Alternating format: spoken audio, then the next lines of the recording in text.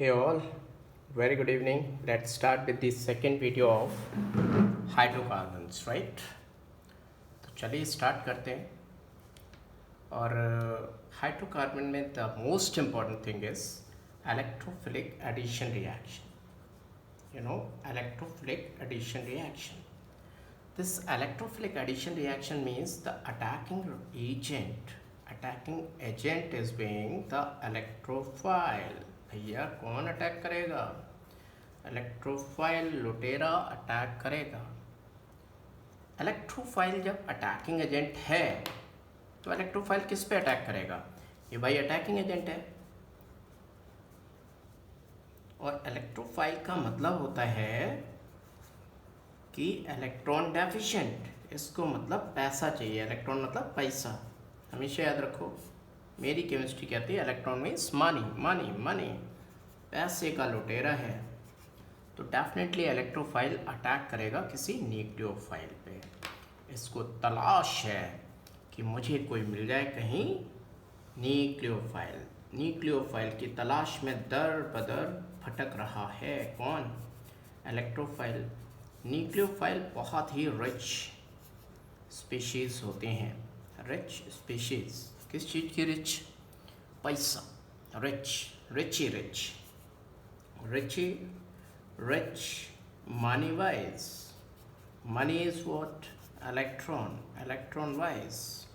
और ये न्यूक्लियोफाइल के एग्जाम्पल्स कौन कौन हैं बच्चा लोग, ये जान जाइए तो आप समझिए कि आप समझ गए हाइड्रोकार्बन की backbone. This is the backbone of what? Definitely backbone of your organic chemistry. Hydrocarbon की बैकबोन है जो हम पढ़ने जा रहे हैं। तो आइए देखते हैं इस रिच न्यूक्लियोफाइल के एग्जाम्पल्स कौन होते हैं। ऑल एल्काडाइंस, एल्काडाइन बन गई, ओह क्या बात है। ऑल एल्किनाइंस मतलब डबल बॉन्ड भी हो और ट्रिपल बॉन्ड भी हो, एल्किनाइंस। एंड समवॉट कभी कभी बेंजीन ऑल्सो, बेंजीन और its derivatives ये भी क्या होते हैं? एग्जाम्पल्स होते हैं किस चीज़ के? All these are the examples of nucleophiles, यानी कि इन पर कभी भी इलेक्ट्रोफाइल अटैक करेगा। तो माय डियर स्टूडेंट, इलेक्ट्रोफाइल किस तरह अटैक करेगा, ये इंपॉर्टेंट बात है, राइट? तो क्या आप सभी लोग रेडी हैं इस बात को समझने के लिए? चलिए देखते हैं आगे क्या होता है। आगे वही होगा जो इन लोगों को मंजूर होगा, राइट? हमेशा याद रखिएगा fundamental thing, the basic reaction. मान लीजिए कोई भी एल्कीन है, एल्काइन है, एल्काडाइन है, मतलब वो न्यूक्लियोफिलिक क्यों है? तो प्रश्न पैदा होता है कि why it is being nucleophilic. तो याद रखिए उसके न्यूक्लियोफाइल होने का कारण है उसके पास ये pi electron. What is this pi electron? इसको ज़रा समझने की कोशिश करते हैं। ये फ्रीडम से भरे हुए होते हैं, ये हाइब्रिडाइज नहीं होते हैं। If I draw this compound like this properly, chemical bonding को शो करते हुए, यानी कि these are the sigma bonds. अगर मैं पाई बॉन्ड्स को ड्रॉ करूँगा तो डेफिनेटली पाई बॉन्ड्स कैसे ड्रॉ होंगे? देखिए, अनहाइब्रिडाइज प्योर पी ऑर्बिटल। ऐसे तो ये बाउंड्री सरफेस डायग्राम है। एटॉमिक स्ट्रक्चर की बात करें जिसको लोग ऑर्बिटल बोलते हैं, ऑर्बिटल बोलना गलत है। अगर ये ऑर्बिटल होता तो हाइब्रिडाइजेशन नहीं होता। Means these are the boundary surface diagram. अब बाउंड्री सरफेस डायग्राम में इलेक्ट्रॉन थोड़े थोड़े स्प्रेड करेंगे, न्यूक्लियस से दूर जाएंगे। डेफिनेटली ये दूर जा रहे हैं। अब इनमें हल्की सी ओवरलैपिंग हो रही है। देखिए 8 बनाते हुए ऊपर नीचे भी घूम रहे हैं और ये हल्की सी touching above the plane and below the plane हो गया। So this pi bond is pure p orbital, pure p per pure p orbital means unhybridized मतलब ये तैयार हैं कि आए कोई और हमें ले जाए, दिल वाले तो दुल्हनिया ले जाएंगे। तो ये मान लो काजोल हैं, क्या है, काजोल। और कहीं शाहरुख खान आ रहा होगा, देखो शाहरुख खान कौन होगा, इनू, कीनू नहीं, हाँ इनू। अब इनू का मतलब आई लव यू नहीं, हाँ इनू का मतलब ई पे इलेक्ट्रोफाइल पे पॉजिटिव और न्यूक्लियोफाइल पे नेगेटिव ऐसा चार्ज है। तो डेफिनेटली वो न्यूक्लियोफिलिक भी है, इलेक्ट्रोफिलिक भी है, लेकिन ये न्यूक्लियोफिलिक है तो डेफिनेटली उसका कौन सा पार्ट अटैक करेगा, इलेक्ट्रोफाइल आएगा। और इलेक्ट्रोफाइल किसी इंसान मतलब एटम में इंटरेस्ट नहीं है, दैट इलेक्ट्रोफाइल अपना इलेक्ट्रॉन छोड़ के आएगा, क्योंकि न्यूक्लियोफाइल इलेक्ट्रॉन को रख लेगा और ये इलेक्ट्रॉन रिच स्पीशीज है, सो दिस इज बीइंग न्यूक्लियोफिलिक। तो न्यूक्लियोफिलिक पे न्यूक्लियोफाइल तो अटैक नहीं करेगा, इलेक्ट्रोफाइल आएगा इस पाई इलेक्ट्रॉन पे अटैक करेगा। अब जब पाई इलेक्ट्रॉन पे अटैक करेगा, ये देखते हैं होता क्या है आगे। डेफिनेटली जब अटैक करेगा तो ऐसी चीज बनेगी RCH2। अब वो डिसाइड करेगा इलेक्ट्रोफाइल की किस पर अटैक करूं, किसका हो जाऊं, उससे तो इलेक्ट्रॉन से मतलब है, लेकिन ये कार्बन सोच रहे हैं कि भाई डिसाइड कर लो किसके होंगे। तो जो कार्बन पॉजिटिव चार्ज को अपने अंदर ईजिली मैनेज कर ले जाएगा, मतलब स्टेबिलिटी को प्राप्त हो जाएगा, वो कर लेगा, तो डेफिनेटली ये कार्बन ज़्यादा स्टेबल होगा। तो इलेक्ट्रोफाइल यहाँ पर आ गया। अब यहीं पर समझने की बात है, याद रखिएगा, अगर इलेक्ट्रोफाइल के पास एक भी लोन पेयर हुआ, इफ दिस ई, जो ई बनाया ये बड़ी काम कीजिए, यहीं से पूरी केमिस्ट्री चलेगी बच्चा लोग।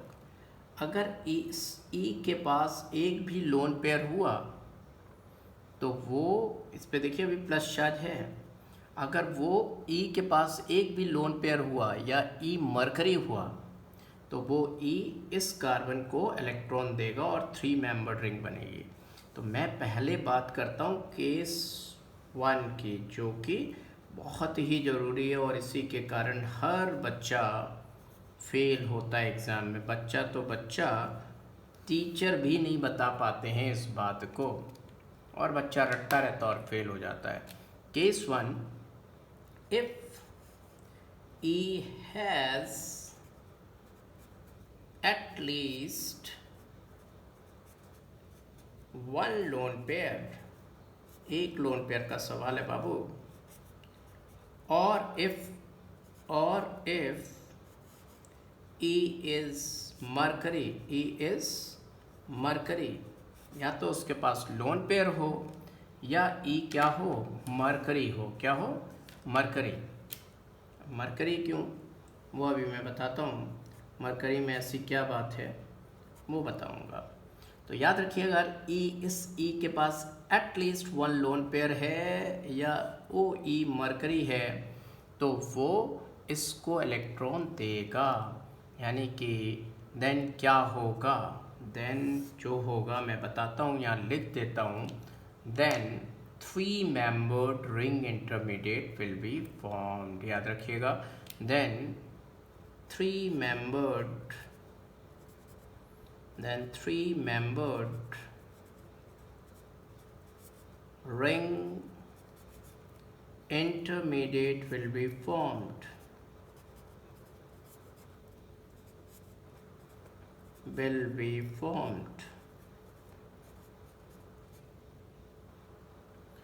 और ऐसा नजर आएगा, देखिए कैसा नजर आएगा,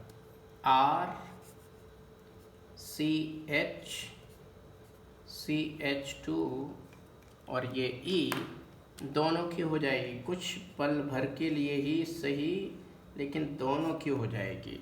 और E पे प्लस चार्ज आ जाएगा, इस कार्बन पे भी डेल्टा प्लस रहेगा तो इस पे डेल्टा प्लस, मतलब मिल बांट के ये प्लस चार्ज को मैनेज करेंगे। अब बच्चा लोग, हम बताते ज़रूर ऐसे हैं जो इंटेलिजेंट टीचर होते हैं, लेकिन याद रखिएगा, अगर E के पास लोन पेयर है तो ये वाला स्टेप एलिमिनेट कर दिए, ये स्टेप बनता ही नहीं है।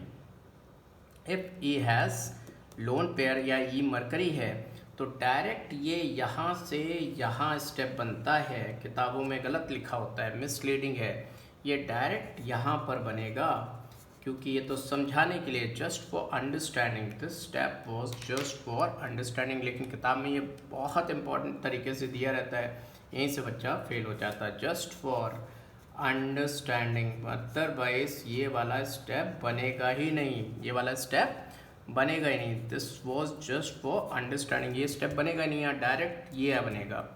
इसको बोलते हैं non classical carbonium ion, 3-membered ring which is highly unstable. This is your 3-membered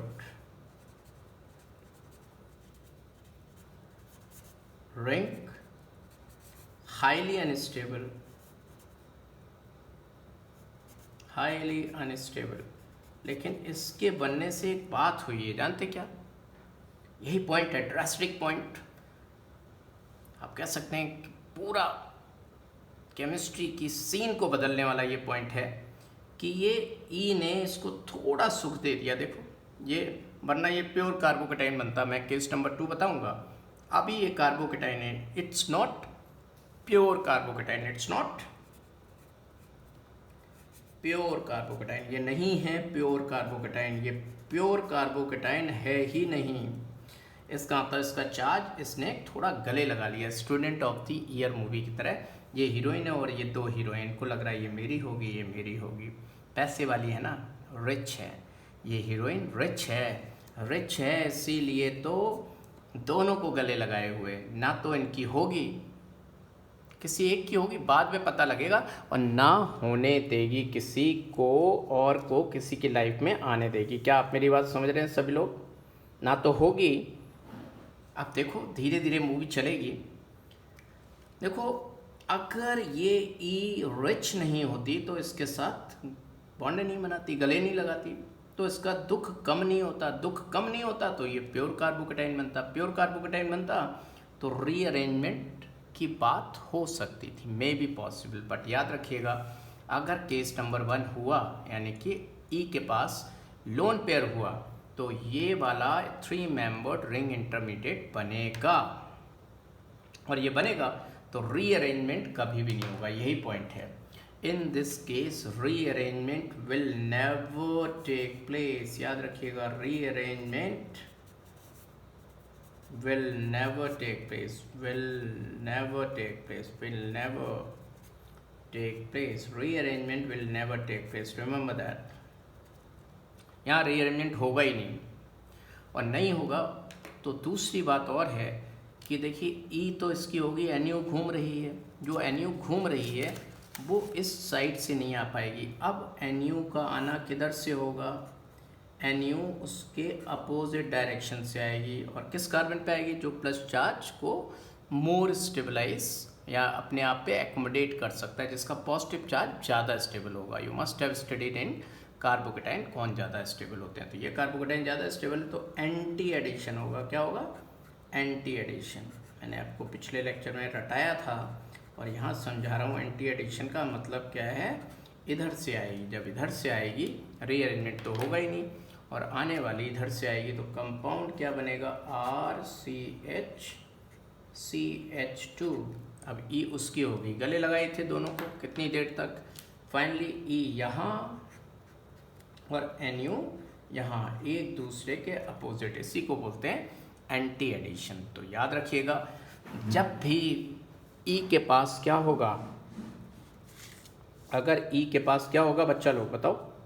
अगर ई के पास लोन पेयर हो, एटलीस्ट 1 लोन पेयर हो, तो कभी भी रीअरेंजमेंट पॉसिबल नहीं होगा। यानी कि केस नंबर 1, अगर ई आपका क्या है? ई आपका ऐसा इलेक्ट्रोफाइल है which has at least 1 loan pair, और ई अगर मरकरी, आगे जाके बताऊंगा, ऑक्सीमर्करेशन, डीमर्करेशन, वहाँ मरकरी होता है, और मरकरी होने के कारण ऑक्सीमर्करेशन, डीमर्करेशन में कभी भी रीअरेंजमेंट पॉसिबल नहीं होता। और देखते हैं कि अगर ई के पास लोन पेयर नहीं हुआ और ई मरकरी भी नहीं हुआ, तो डेफिनेटली आपको पता है केस नंबर 2 हो जाएगा, प्योर कार्बोकेटाइन बनेगा और उसमें रीअरेंजमेंट पॉसिबल होगा। दैट मीन्स मैं यही लिख देता हूँ कि केस नंबर 2 में रीअरेंजमेंट पॉसिबल होगा, और वो पता ही आपको कौन होगा? If E does not have lone pair. तो केस नंबर 2 लिखने में कोई दिक्कत ही नहीं है। केस नंबर 2, इफ व्हाट, बताओ क्या लिखूंगा? If, yes, if E doesn't have lone pair or E is not Mercury, E is not Mercury, then आप ये कभी नहीं कहेंगे रीअरेंजमेंट होगा ही होगा। हो भी सकता है, नहीं भी हो सकता है। Then rearrangement may take place. क्या वर्ड आएगा? Rearrangement may take place, may take place, may take place मतलब हो भी सकता है, नहीं भी हो सकता। बच्चा क्या करता है? रीअरेंजमेंट होगा ही होगा। नहीं, it's not compulsory, rearrangement may take place. तो आपके पास 2 केस हो गए। एक, अगर ई के पास एक भी लोन पेयर तो वो केस नंबर 1, क्योंकि वहीं पे बच्चे से गलती होती है, और एक case number 2। Are you getting my point? इतनी बात समझ में आ रही है सबको? Very good. चलिए धीरे धीरे मैं दोनों केस डिस्कस करता हूँ। सबसे पहले केस नंबर 1 डिस्कस कर लेता हूँ, राइट? केस नंबर 1, देखिए आप खुद से क्वेश्चन करने लग जाएंगे। केस नंबर 1 में जब रीअरेंजमेंट होगा ही नहीं तो case number always proceeds through Markovnikov's addition, always proceeds through Markovnikov's addition reaction। अब ये Markovnikov's addition reaction क्या है? Markovnikov's रूल समझना पड़ेगा हमें। Markovnikov's रूल बच्चा लोग कहता है, पहले समझा दूँ फिर लिखाता हूँ। देखिए रूल कब बनते हैं। मान लीजिए मेरे गांव में आज से 20 साल पहले एक कार थी, तो क्या मेरे गांव में कोई ग्रीन लाइट रेड लाइट लगी होगी? आप बताओ क्या कहते हैं? कोई ग्रीन लाइट रेड लाइट कोई लगी होगी? बताओ। बिल्कुल भी नहीं लगी होगी। क्यों? क्योंकि एक कार है, कौन सी कार आएगी कौन सी कार जाएगी, इसके लिए क्या रूल की ज़रूरत है? जहाँ बहुत गाड़ियाँ होती हैं, ट्रैफिक जाम होता है, वहाँ रूल बनते हैं कि भैया कौन सी आएगी कौन सी नहीं जाएगी गाड़ी। तो भैया अगर कोई सिमेट्रिकल एल्कीन है या सिमेट्रिकल रीजेंट है तो कभी रूल नहीं लगेगा, कोई मार्कोनिकोव्स रूल नहीं। इसी पे क्वेश्चन आ जाता है। तो याद रखिए। सर क्या आप इतनी जल्दी बोल गए, ज़रा समझाइए। अभी मैं बताता हूँ मार्कोनिकोव्स रूल, तब आपको समझ में आ जाएगा मैंने बोला क्या। देखिए जब कोई रीएजेंट अनसिमेट्रिकल हो, for example CH3 CH double bond CH2 unsymmetrical reagent है, मतलब ये तो रिएक्टेंट है, अनसिमेट्रिकल रिएक्टेंट को सबस्ट्रेट भी बोलते हैं। बच्चा क्या बोलते हैं? सबस्ट्रेट। अब आप कहोगे ये सबस्ट्रेट क्या होता है? रिएक्टेंट और सबस्ट्रेट उसको कहते हैं जिसका कार्बन बॉन्ड फॉर्मेशन में इन्वॉल्व हो, यानी कि हमेशा ऑर्गेनिक होगा। और मान लो अनसिमेट्रिकल रिएजेंट है इसके सामने। अब अनसिमेट्रिकल रिएजेंट क्या होगा? मान लो मैंने Cl2 लगा दिया तो मार्कोनिकोव्स रूल नहीं लगेगा। क्यों? एक क्लोरीन यहाँ जुड़ जाएगा, एक यहाँ जुड़ जाएगा ना।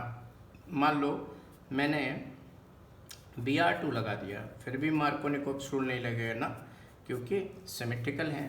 मान लो मैं क्या कर दूँ, CH2 double bond CH2 plus Br2 ले लूँ, तो दोनों ही सिमेट्रिकल हो गए, फिर नहीं लगेगा। मान लो मैं इसकी रिएक्शन HBr से कर दूँ, तो ये तो अनसिमेट्रिकल है, लेकिन ये सिमेट्रिकल है, फिर से मार्कोनिकोव्स रूल नहीं लगेगा। तो what I was telling you my dear students, ये रूल कब लगेगा? ये रूल तब लगेगा जब दोनों ही अनसिमेट्रिकल हों। क्या हो? Unsymmetrical. For example CH3 CH double bond CH2 plus HBr या HCl, HBr या HCl कुछ भी ले लें आप, तो देखिए ये भी अनसिमेट्रिकल है और ये भाई साहब भी अनसिमेट्रिकल हैं, दोनों ही अनसिमेट्रिकल हैं। तो अब मार्कोनिकोव्स रूल लगेगा। मार्कोनिकोव्स रूल कहता है कि दोनों अनसिमेट्रिकल हो तो negative part of the reagent goes to that double bonded carbon जिसके पास हाइड्रोजन कम होगा। या आप ऐसे कह लो भाई भाई के पास जाएगा, ये हाइड्रोजन जहाँ ज़्यादा हाइड्रोजन होंगे वहाँ जाएगा, जैसे भी कह लो। तो आपका आंसर क्या आ जाएगा बताइए? CH3 CH2 एक तरफ H लग जाएगा, एक तरफ Br लग जाएगा, नेगेटिव पार्ट उस कार्बन के पास जाएगा जहाँ हाइड्रोजन कम है, यानी कि यहाँ पर Br आके लग जाएगा और यहाँ आके H लग जाएगा। ये आपका मेजर प्रोडक्ट होगा। अब माय डियर स्टूडेंट्स, जब मैं छोटा था तो बचपन में बहुत रटता था और रटने से कभी काम नहीं बनता था। तो आइए मार्कोनिकोव्स रूल को पहले हम समझते हैं और बाद में फेल भी कर देंगे।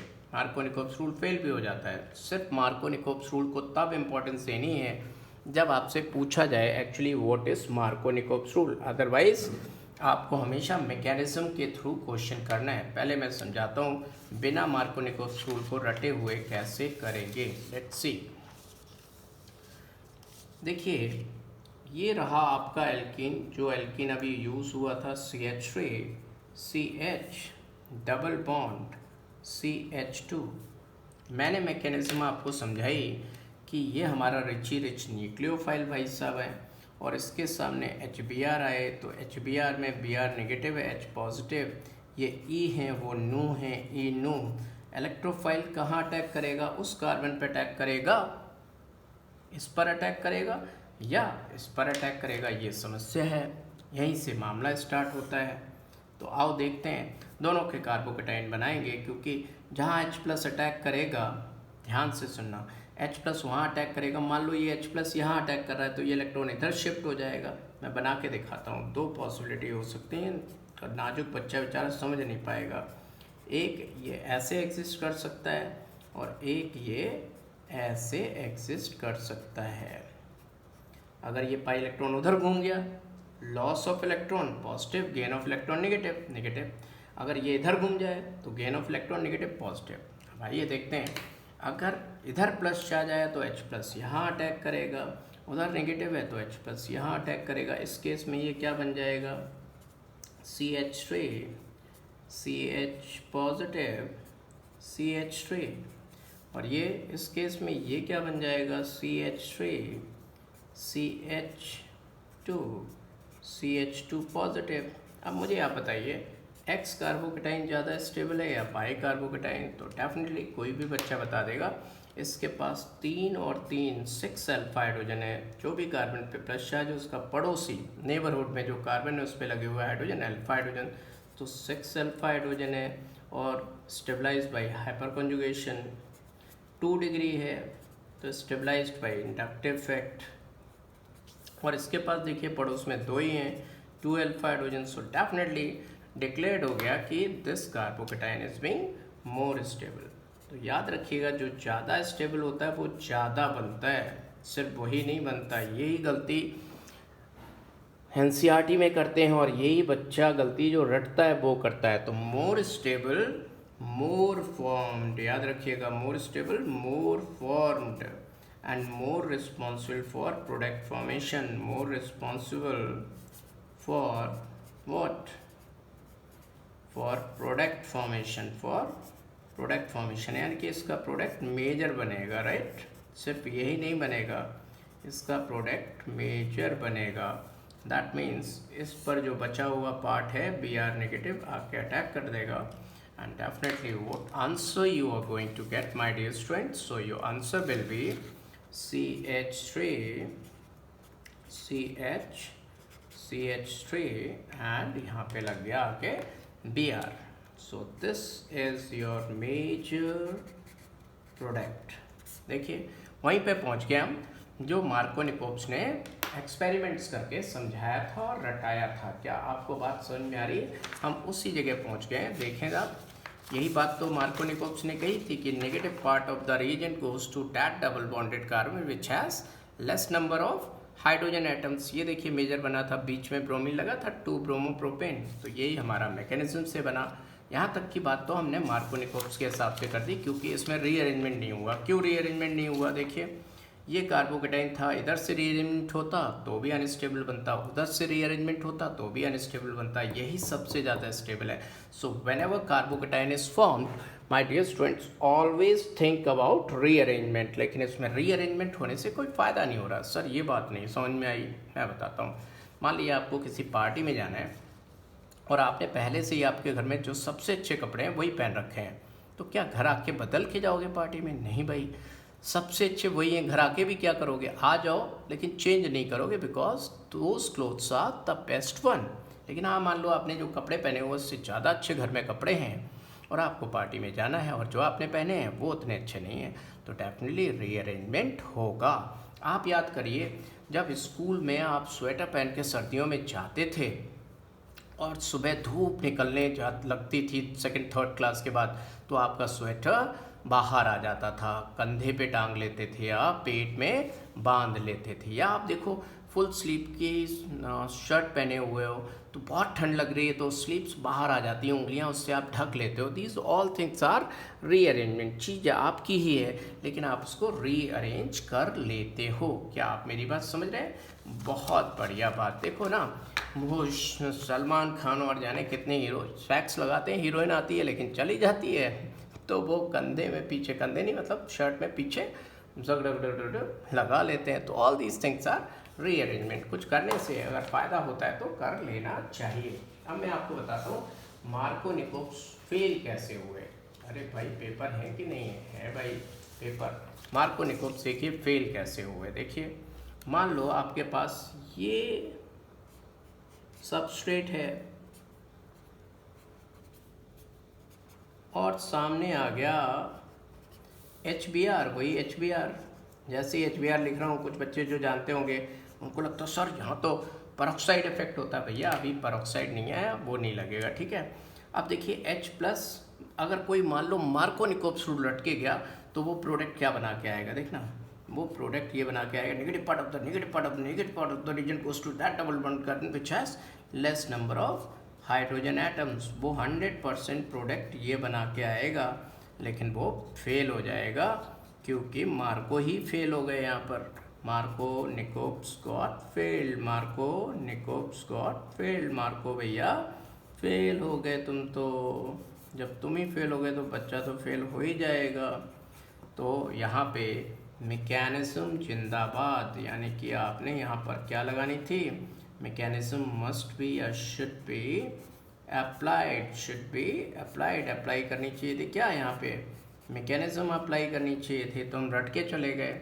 आओ देखें, मैकेनिज्म कहती है कि पहला अटैक H+ ऐसे करेगा कि ज़्यादा स्टेबल कार्बोकेटाइन बने। तो यहाँ अटैक करे, ये कार्बोकेटाइन बनेगा, तो वो ज़्यादा स्टेबल है। जब ज़्यादा स्टेबल है तो कार्बोकेटाइन बन गया। Whenever carbocation is formed, always stop and think about rearrangement. जैसे ही रोड पे रेड लाइट हो आपको सोचना चाहिए, तो whenever the carbocation is formed think about rearrangement, कि भैया रीअरेंजमेंट होने से फ़ायदा होगा, तो थिंक अबाउट रीअरेंजमेंट। और देखें कि रीअरेंजमेंट से कोई बेनिफिट हो रहा है। यस, यहाँ से अगर 1,2 हाइड्राइड शिफ्ट हो जाए, उसको इलेक्ट्रॉन की ज़रूरत है तो H इलेक्ट्रॉन लेके जाएगा, इसको बोलते हैं 1,2 हाइड्राइड शिफ्ट। और यहाँ पे प्लस चार्ज आ जाएगा तो ये बेंजीन के साथ छम्मा छम्मा छम्मा छम्मा ऐसे ही है, मतलब की आवाज़ होती है घुंघरू पाटा पटम डिंग डिंग डिंग डिंग। तो ये इसके साथ रेजोनेंस में इन्वॉल्व है। So it is stabilised by resonance. ये पेन आपको ज़्यादा दिखेगा नहीं तो चेंज कर लेते हैं भैया, है ना। Stabilised by resonance, right. तो भैया यही सबसे ज़्यादा स्टेबल कार्बोकेटाइन है। ये लेस स्टेबल कार्बोकेटाइन, वो ज़्यादा स्टेबल कार्बोकेटाइन, तो ये मोर स्टेबल कार्बोकेटाइन, तो मोर फॉर्म्ड, more stable तो definitely more formed, and more formed तो definitely more responsible for product formation, more responsible for what? For product formation। तो आइए इस पे अटैक कराएंगे हम। किसका? BR भैया इंतज़ार कर रहे हैं, तो BR अटैक कर देगा। So this is going to be your product. तो फाइनली प्रोडक्ट आपका ये आया। ये प्रोडक्ट बनाने वाला विजय भव कहलाएगा। This is your major product, have you got it. इस पे भी अटैक होगा लेकिन वो माइनर प्रोडक्ट होगा। अगर वो दोनों पूछता है तो दोनों टिक कर देंगे, और वो अगर सिर्फ एक पूछता है तो एक करेंगे। और क्योंकि ये प्योर कार्बोकेटाइन है और ये देखिए कायरल कार्बन है कि नहीं, चारों अलग से लगा है, तो देखिए प्योर कार्बोकेटाइन का ये जो प्योर पी ऑर्बिटल है अटैक ऊपर से भी होगा नीचे से भी होगा, तो डेक्स्ट्रो लीवो बनेगा इक्वल अमाउंट में। इसको बोलते हैं हम रेसमिक मिक्सचर, और रेसमिक मिक्सचर है तो रेसमाइजेशन होगा, रेसमिक मिक्सचर है तो रेसमाइजेशन होगा, यानी कि इस रिएक्शन में racemisation will take place. Are you getting my point? अब मैं आपको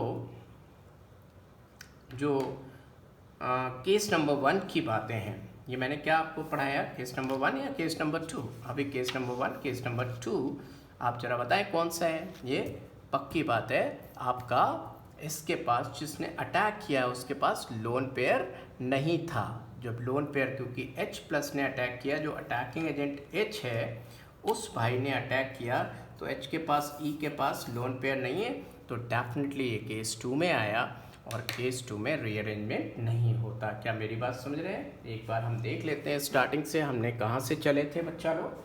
हम यहाँ से चले थे कि इलेक्ट्रोफाइल अटैक करेगा, और केस नंबर 1 और केस नंबर 2, और देखते हैं बिल्कुल स्टार्टिंग से। ये देखिए, ये case number 2, if electrophile does not have lone pair और E is not mercury then rearrangement may take place. तो ये वही वाला केस है कि इसके पास कोई भी लोन पेयर नहीं है, इसलिए रीअरेंजमेंट हुआ है। क्या आप समझ रहे हैं? तो आओ देखें हम चले कहाँ से थे, पूरा एक बार देख लें। यहाँ से स्टार्ट हुई थी बात कि केस नंबर 1, अगर E के पास कोई एक भी लोन पेयर हुआ तो रीअरेंजमेंट कभी नहीं होगा। और केस नंबर 2 जो था वो हमारा था ये, केस नंबर 2 हमारा ये था कि if E does not have lone pair or E is not mercury then rearrangement may take place. Are you getting my point? उसके बाद हमने बात की, क्या बात की हमने बात की case number 1, case number 1 always proceed through Markovnikov addition. Case number 1 हमेशा मार्कोनिकोव एडिशन को क्यों फॉलो करेगा? क्या आप मुझे बता पाएंगे? क्योंकि उसमें रीअरेंजमेंट कभी भी नहीं होगा, इसलिए मार्कोनिकोव हमारे लिए बहुत इंपॉर्टेंट है। याद रखिएगा, जब भी रीअरेंजमेंट नहीं होगा तो मार्कोनिकोव्स रूल कभी भी फेल नहीं होगा। That's why Markovnikov is really very very important. लेकिन अगर ई के पास कोई भी लोन पेयर नहीं हुआ, ये देखिए मार्कोनिकोव्स रूल चला था, ये मैंने केस लिया था कि HBr, अब H था E, इसके पास लोन पेयर नहीं था, अब यहाँ पे इसने अटैक कर दिया था, फिर भी रीअरेंजमेंट नहीं हुआ था। क्यों? क्योंकि इसके रीअरेंजमेंट होने से कोई बेनिफिट नहीं था। फिर मैंने आपको ये केस बताया, देखिएगा ध्यान से। अब ये एल्कीन है और ये ईनू है, ईनू। अब जो ई है, क्या उसके पास लोन पेयर है? हाइड्रोजन के पास कोई भी लोन पेयर नहीं है। इसका मतलब ये केस नंबर 1 या केस नंबर 2? डेफिनेटली आपका केस नंबर 2 है। केस नंबर 1 का अभी मैंने एक भी एग्जाम्पल नहीं कराया जिसके पास ई के पास कुछ हो। तो ई के पास कोई लोन पेयर नहीं है, तो लोन पेयर नहीं तो rearrangement may take place. Markovnikov's को फॉलो भी कर सकता है, नहीं भी कर सकता है। तो हमेशा याद रखें जो मैंने फंडा बताया है कि अगर ई के पास लोन पेयर है तो कभी भी रीअरेंजमेंट नहीं होगा, और ई के पास अगर लोन पेयर नहीं है तो रीअरेंजमेंट हो भी सकता है, नहीं भी हो सकता है। तो मार्कोनिकोव्स रूल को रट्टा ना मारें, हमेशा मैकेनिज्म अप्लाई करें। तो समराइजेशन में क्या बात सामने आई? सिर्फ एक बात आई बच्चा लोग, क्या बताइए फाइनली क्या बात आई? बोलिए बोलिए। समराइज अगर करते हैं तो फाइनली क्या बात आती है कि ये दो बातें ध्यान रखनी है, और दो बातों में भी सिर्फ एक बात याद रखनी है कि अगर जो ईनू का ई अटैक कर रहा है, अगर ई के पास एक भी लोन पेयर हुआ या ई मरकरी हुआ तो वो 3 मेंबर्ड रिंग इंटरमीडिएट बनाएगा और कभी भी रीअरेंजमेंट नहीं होने देगा। चाहे आप मैकेनिज्म से कर लेना क्वेश्चन एग्जाम में, चाहे आप मार्कोनिकोव्स रूल अप्लाई कर लेना है। That means in case number 1 Markovnikov's rule is always applicable, कभी फेल नहीं होता। लेकिन केस नंबर 2 में क्योंकि ई के पास लोन पेयर नहीं होता, वो ना मरकरी होता है, तो प्योर कार्बोकेटाइन बनता है। केस नंबर 2 में प्योर कार्बोकेटाइन बनेगा, इसका मतलब रीअरेंजमेंट में टेक प्लेस, यानी कि केस नंबर 2 में मार्कोनिकोव्स रूल लग भी सकता है और नहीं भी लग सकता है। इसका मतलब ये हुआ कि कभी भी रट के नहीं करना है, हमेशा मैकेनिज्म लगानी है। Mechanism is the most important thing. I hope is it clear to all of you.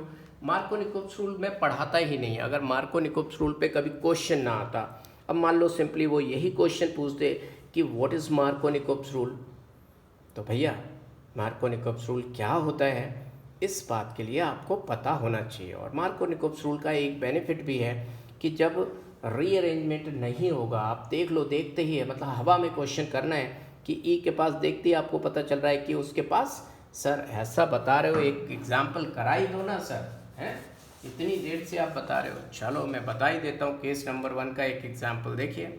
मान लीजिए आपके पास यही CH3 CH double bond CH2। अब वहाँ केस नंबर 1 केस नंबर 2 तो लिखा नहीं होगा, सिंपली क्वेश्चन लिखा होगा ऐसे, Br2 की रिएक्शन।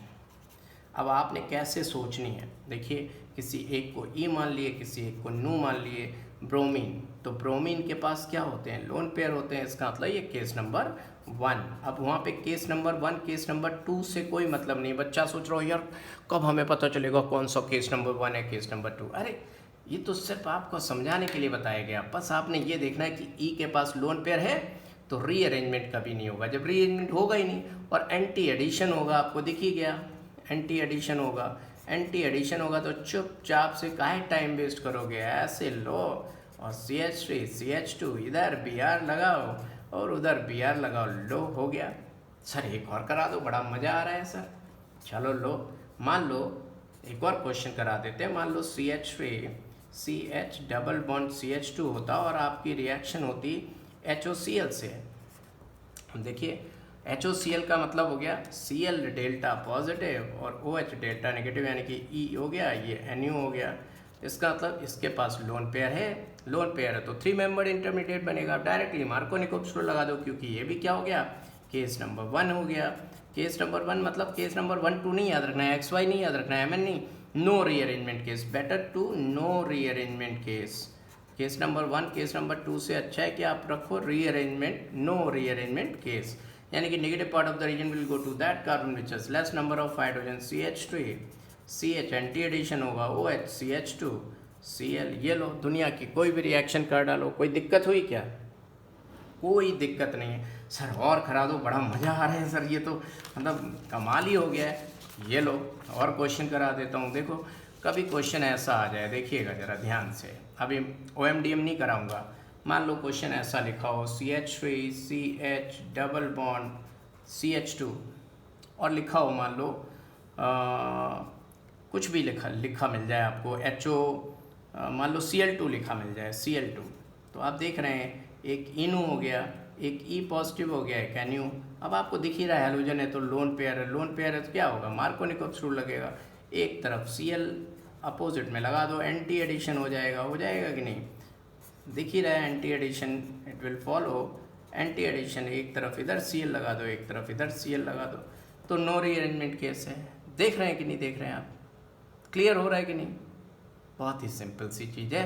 अब OMDM एंड ऑल उसको मैं नेक्स्ट सेकेंड लेक्चर में कंप्लीट करूँगा, क्योंकि इस लेक्चर में इतना काफ़ी है, राइट।